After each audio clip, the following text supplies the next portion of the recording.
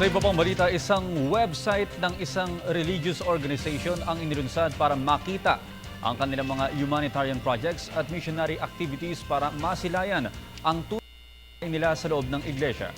Para sa detalye, balita mo kami, Ruby Cerezo. Walang hinangad ang relihiyong Iglesia ni Cristo kundi ipahayag ang salita at kalooban ng Diyos sa ating mga tao.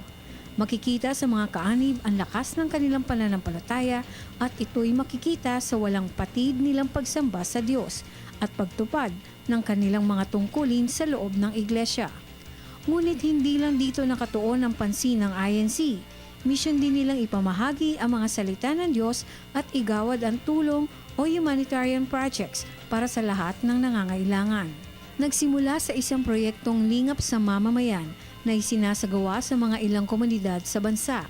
Pinalaki at pinalawak nila ang tulong at missionary activities na ito sa pamamagitan ng Kabayan Ko, Kapatid Ko Project, sa tulong na rin ng Felix Y. Manalo Foundation na siyang charitable arm ng Iglesia ni Cristo. Ilang lalawigan na rin ang dinalaw at tinulungan ng nasabing proyekto. Nagsagawa rin ng Kabayan Ko, Kapatid Ko Missionary at Humanitarian Activities sa California, USA.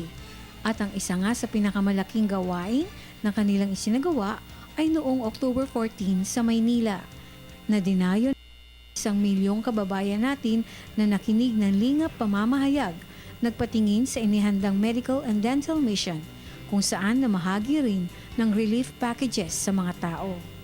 Dahil dito, isang website ang ginawa ng Iglesia ni Cristo para sa kanilang Kabayan Ko, Kapatid Ko Project na pwedeng puntahan ng kahit sino para lalong maipaabot sa ating lahat ang mga humanitarian projects at missionary activities ng Iglesia sa buong mundo.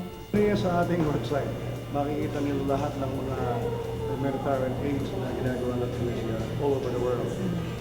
Hindi lang dito sa Pilipinas. So in the website, you can see the different places na ginawa namin ng mga lingap ang tawagin namin. Tuloy-tuloy ang tulong na ginagawa ng INC maging sa mga biktima ng Yolanda sa Eastern Visayas. Nilinaw rin nila na hindi sila nananawagan sa labas ng iglesia para manghingi ng pera para sa tulong na ibibigay sa mga nasalanta.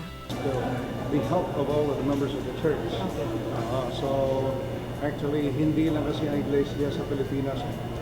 So members from different parts of the world are giving in through our voluntary offerings, and these are being channeled through the FYM Foundation.